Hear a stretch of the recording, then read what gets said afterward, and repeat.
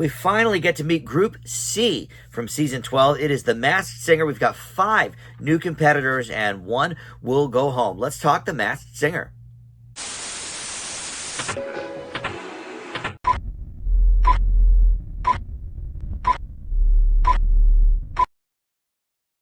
Hey guys, Dan here. This is Dan Reviews It. Welcome to my recap and reaction video for Group C. This is Who Are You Fest. The music festival is the theme of the night here.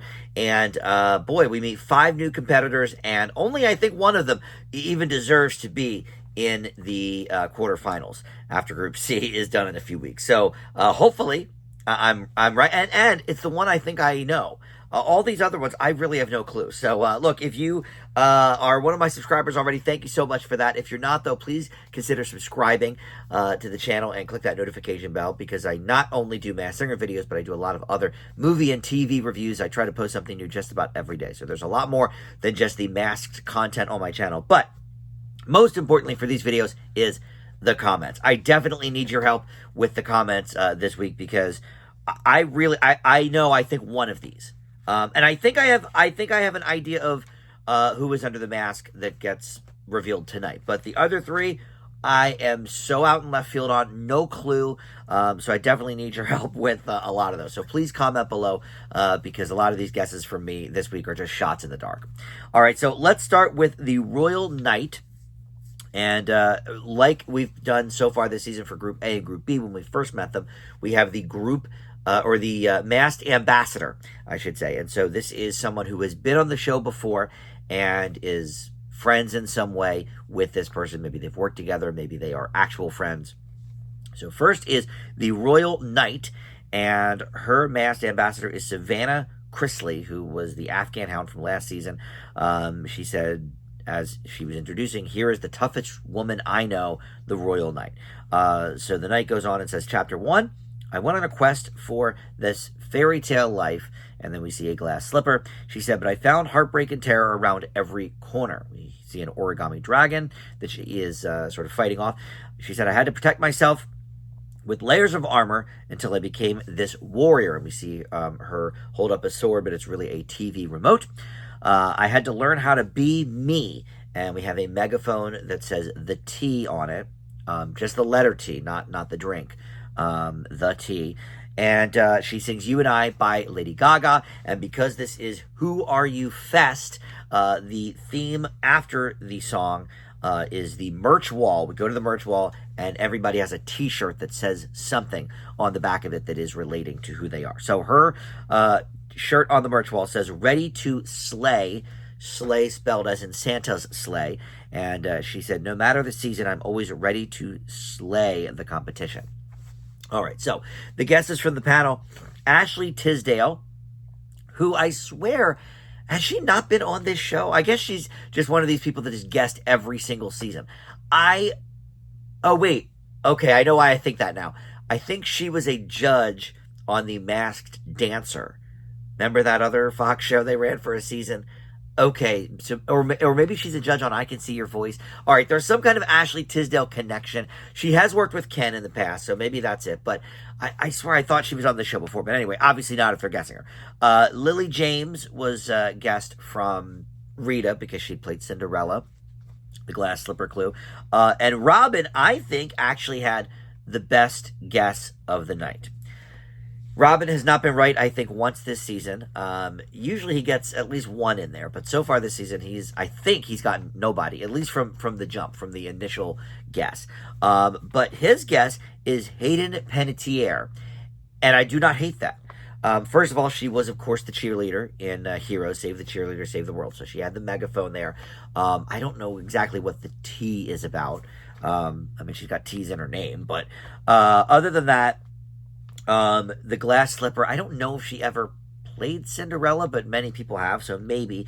The TV remote, obviously, she's been on a few shows, Heroes, Nashville, but she also was in a Christmas movie. Now, granted, almost every actress in Hollywood at some point did a Christmas movie, but when she says ready to slay like a Santa sleigh, she was in a movie when she was just a little girl. It was from 1999, called something like If You Believe, and so and she certainly found heartbreak and terror around every corner. She had a very, very exposed and open drinking problem that she went to rehab for. I believe she left the show Nashville because of that. I sort of dropped off after the first couple seasons, but I think that's why she left that show. That has been, very open. So I don't hate that guess. Robin's really led me astray this season, but I will go with him for right now and say Hayden Panettiere for the Royal Knight. Let me know your thoughts on who could be under that mask. All right, next is the Sherlock Hound. And I'm thinking this could be a sports person because his brand ambassador is Barry Zito, who was the Rhino all the way back in season 3. That was the first season I was doing these reviews. I had no idea who he was then. I still don't really know now. I mean, I know the name, I guess, a little more. But he said, unlike most dogs, you can teach my friend new tricks. And then we go to the Sherlock Hound, and he says, my whole family was into music. And we see a diamond on a big record, and diamond selling album means 10 million copies or more, so it could be that. My grandma taught music, my dad played the keys, but I wanted to be outside running wild, not cooped up playing a cello. And then he appears with an eye patch. I don't know what that means. He said, when I heard rock and roll, it released a passion in me. I can't read my writing sometimes. I scroll these things down so fast because they're talking. Something with campfires, dive bars, and tour buses. Okay, because he's a hound. I get it. I tracked that scent through campfires, dive bars, and tour buses. And then we go back to Barry Zito, and he said, we've had some of the best jam sessions. All right, and then he sings Under the Bridge from Red Hot Chili Peppers. I believe this is the first time the Chili Peppers have ever been performed on The Masked Singer. Ken was very excited about that, but I think that's true. All right, and his merch wall, the shirt on the back of it says #1 hit. He said, I know what it's like to be #1 in the world. Okay, so the guesses from the panel. Rita was going with a grunge or post-grunge kind of vibe. Eddie Vedder, Gavin Rossdale from Bush, maybe. Ken was thinking more Chad Kroeger, perhaps. And Robin thought it might be Brandon Boyd from Incubus. I don't recognize... It's definitely not Chad Kroeger, I can tell you that. And it's not Eddie Vedder. Pearl Jam is my all-time favorite band. My one and only tattoo is a Pearl Jam tattoo. It ain't no Eddie Vedder. Brandon Boyd is an interesting guess. I don't hate that. I can definitely see it maybe a little bit in the vocals. I've seen Incubus live a couple of times. But here's what I think about the whole Barry Zito of it all. I think this is an athlete. So I was sort of going down that rabbit hole. Because look, so far we haven't had anybody that has really blown me away vocally. When we're talking about Group C, I'll tell you right now, I think the only person that deserves to be in the quarterfinals is the Strawberry Shortcake. She sang last, so we'll talk about her in a little bit. But she was amazing, and all these other people are like, okay. But compared to who we have in the quarterfinals already, the Buffalo and Mario, I forget his character, but it's Mario under the mask, I think. There's no competition with any of these people except maybe the Strawberry Shortcake. So I'm thinking this is maybe not a professional singer. So then I went down, okay, well, there's a team called the Diamondbacks. So maybe the diamond is not for a diamond-selling album, but for the Arizona Diamondbacks. Okay, so who is a big hitter from the Arizona Diamondbacks? I don't know if he's #1 in the world, but I know very little about sports, but I know the name Paul Goldschmidt. He is part of the Arizona Diamondbacks. I don't think he's currently on the team. He is, I think, currently still playing, though. So he's sort of around Barry Zito's age. Zito retired a few years ago, so, this guy may be a little younger, but still, running in the same circles. Maybe at some point they played on the same team, and that's why he said we've had some jam sessions. So I really don't know, but I'm going to guess Paul Goldschmidt is under this mask. I'm never right on sports people, so you tell me who you think is under that mask. All right, up next is the Ice King, and Hanson was the masked ambassador. I love Hanson. They were the Russian dolls from season 5. They said that this person has toured trans-globally. I don't know what trans-globally means, by the way. It's just globally, right? You, I mean, maybe there is a difference. I don't know. But when he said trans-globally, I just thought, okay, that just means he toured around the world globally. But anyway, it sold out the largest stadiums and given the royal treatment like he was a Beatle. And then we go to the Ice King, and he says, I ruled the school. We see big, like, stage speakers there. He said, but Hollywood could be cold, so I went away for years and now found the courage to stand in the spotlight again. We see a passport at that point. He said, it's great to ease back into my passion, which is music. And then we go back to Hanson, and it says, hey, we gave him his start. Tonight was the song by Hot Shelly Ray. That's a good tune. You don't hear too much anymore. And the merch wall shirt, the back says, drop the fire beat. And he said, I have done this in front of massive crowds.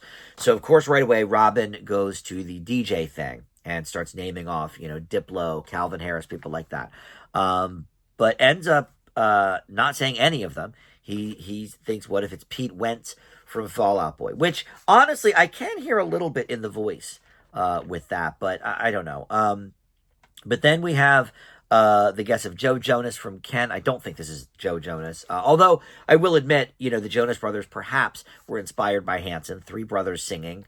That's maybe something. And then I'm not sure what the correlation is with this guest, but with this guess. But Jenny thought it might be Mr. Beast.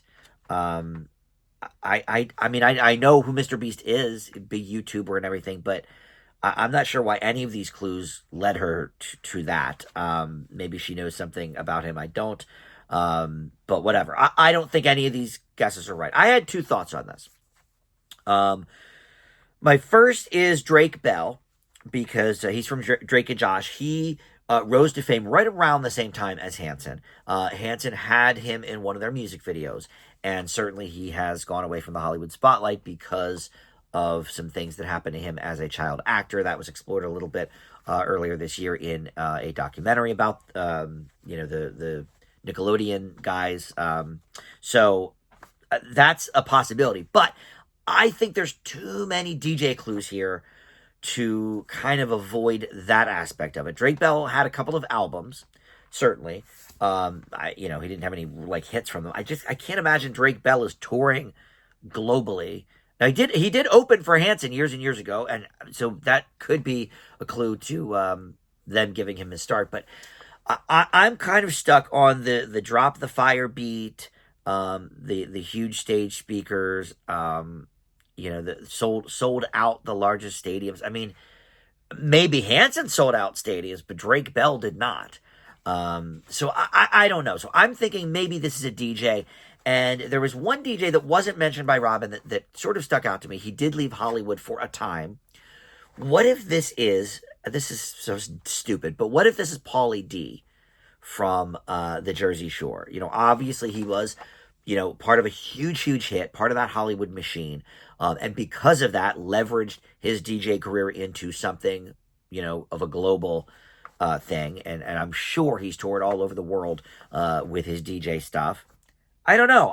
That's kind of where my head is at. I think it could be one of those two, but I don't see Drake Bell as a DJ.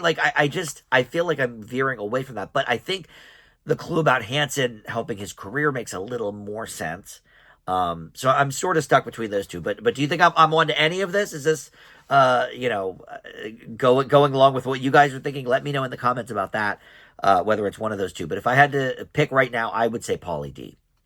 All right, so next is the Macaron, or Macaroon, however you want to say it. It was said about 3 different ways on this show. And this is the person who gets voted off. So we're going to do the clues, and then we'll go to the take it off. Willie Robertson from Duck Dynasty is her masked ambassador. He was the Mallard in season 6.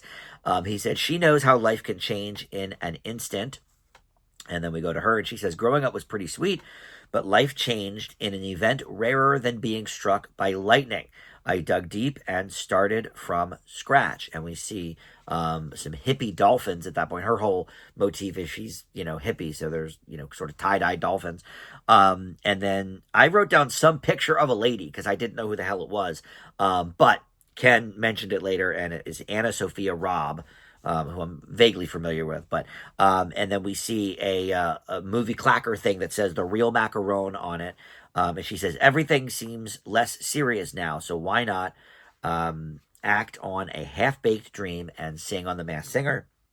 She sings Call Me Maybe by Carly Rae Jepsen, and it's, not particularly good, but obviously she's trying. And then her merch wall after the fact, her shirt says Unstoppable, blooming all year long, and there's a rose on it. And she says, I know I'm unstoppable, whatever comes my way. So the guesses from the panel, Gypsy Rose Blanchard came from Ken. Monica Lewinsky came from Jenny. She thought this is kind of a wild guess, but maybe. She added up a couple of things there. And then Ariana Maddox from Robin. But then during the commercial break, they showed, or coming back, I guess, from the commercial break, they showed Rita going over to Jenny and saying, hey, do you think maybe it's Bethany Hamilton? She starred in that documentary about her, was called Unstoppable. She got the arm bitten off by the dolphin. We saw dolphins in the clue package. What if it's her? So when it is revealed that we're going to get rid of the Macaron, the guesses were Ariana Maddox from Robin, Gypsy Rose Blanchard from Ken, and I barely know who those people are, but I guess they're both reality people, and that's why the Willie Robertson correlation. But then Rita said, I had this epiphany. I think it could be Bethany Hamilton. And then Jenny said, you know what? No offense to Monica Lewinsky, but I think you're right. I'm going to say Bethany Hamilton too. And you know what? I'm right there with it. I would not have thought of that on my own. I don't think I was sort of in that area at all. I was definitely thinking reality. I actually wrote down Lisa Hochstein because I was thinking it could be one of the Real Housewives of Miami, because they briefly mentioned that after the Monica Lewinsky thing. Jenny was like, the real Macaron could be for the Real Housewives. There is a Housewives of Miami, the Miami Dolphins. And the only Real Housewife of Miami I've ever even heard of is Lisa Hochstein. So I wrote her down. But once they said Bethany Hamilton, I was like, all right, that makes way more sense, because obviously she... getting your arm bitten off is certainly rarer than being struck by lightning. Absolutely. Had to start from scratch. Yep, that makes sense. Anna Sophia Robb, I think, was in the movie version. So there was Unstoppable was the documentary, which Rita was correct about, and it says Unstoppable on the back of the shirt.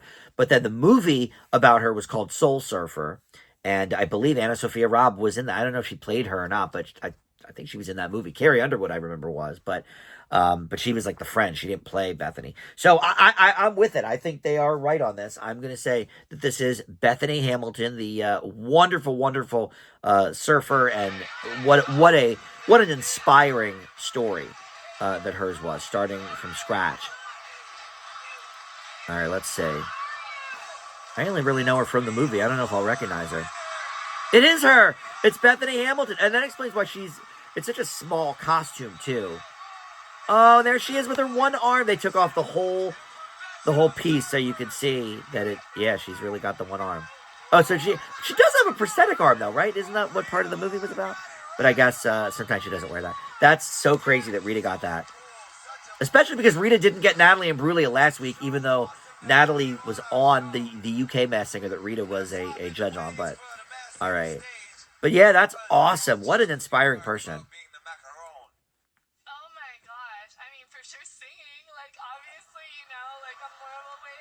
Yeah, God bless her for trying. She didn't do very well, but... Yeah. Oh, I'm glad she had fun. If you've never seen the movie Soul Surfer, I've not seen the documentary about her, Unstoppable, but if you've never seen the movie Soul Surfer, man, that is a great movie. I've seen it, I think, 3 times. And what a great story. So I'm glad to see her. She can't sing very well, God bless her, but good for her. That's awesome. All right, so let's get to the Strawberry Shortcake. This is the only one I think I know. And her masked ambassador was Haley Oranthia, who was the ringmaster of season 7. She starred in the Goldbergs. She says that she is a festival favorite, so it is appropriate that she's here on the Who Is That Fest or whatever. I don't know what they're calling it, but whatever, the Masked Singer Festival they're doing as the theme. And she said, or we go to the Strawberry Shortcake then, and she says, when I was young, I dreamed of going to a music festival with me in the lineup, but I sat on the sidelines for years. We see her petting a cat at that point, and we see her taking a bunch of selfies over what looks like sort of Instagram. Maybe they couldn't get the rights to it, so it's not exactly, but something like that. And she said, one day I got the call to open one of the most iconic festivals. It's been a slow burn, but the best things in life are worth the wait. And then she sang Slow Burn by Casey Musgraves. And my God, was this like leaps and bounds the best performance of the night. The first couple of people were okay. The Under the Bridge was all right, but like Anthony Kiedis of the Chili Peppers doesn't have that amazing of a voice, so you don't have to be that great of a singer to kind of emulate him. But Casey Musgraves can sing, and so this version of Slow Burn was fantastic. If Strawberry Shortcake doesn't win Group C, there's an issue, because she is by far the best singer here. So the merch wall afterwards, the back of the shirt said "break a leg," and she said, "My breakthrough role showed the world my potential." And the guesses from the panel included Renee Rapp, who was in the musical version of Mean Girls earlier this year. Don't think it's her. A little too early maybe for her to be doing The Masked Singer. Her career is still like way on the rise. But Rita thought it might be her.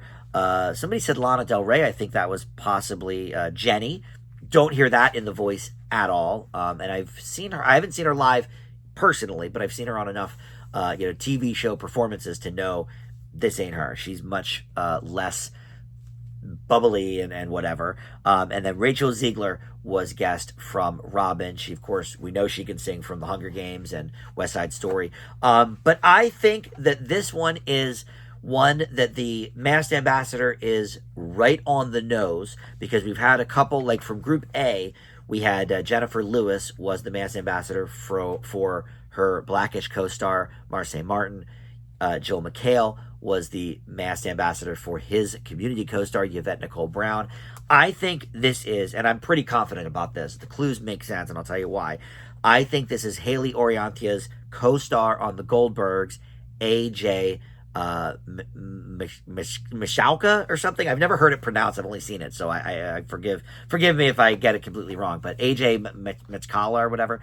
But she was part of a duo called Allie and AJ. I don't know if they played any festivals. I'll be honest about that. But I will say that she can sing.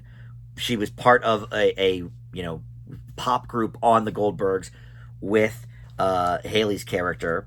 And then also there was a spinoff of The Goldbergs called Schooled that took place in the 90s, and AJ's character came back as a music teacher, so we heard her sing there as well. She can definitely sing.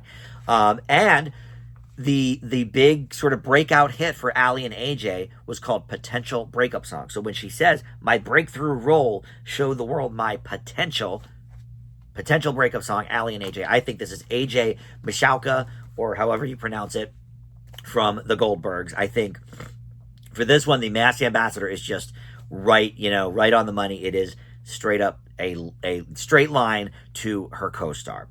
So that's the only one I'm sure of, and that's good, because I think she's going to be around a while. But what do you think about the other people in this competition? Boy, this was a rough group, I think, overall, especially after Group A and Group B had a couple of potentials for like the finals. And they had to get pared down a bit. But for me, Strawberry Shortcake has to win Group C, I think. But let me know in the comments who you think is under the rest of these masks. And that's it. Next week, we'll be back with another Masked Singer roundup. We'll hear from Group C again. But check out my other videos in the meantime on the channel, and I'll talk to you then. Bye.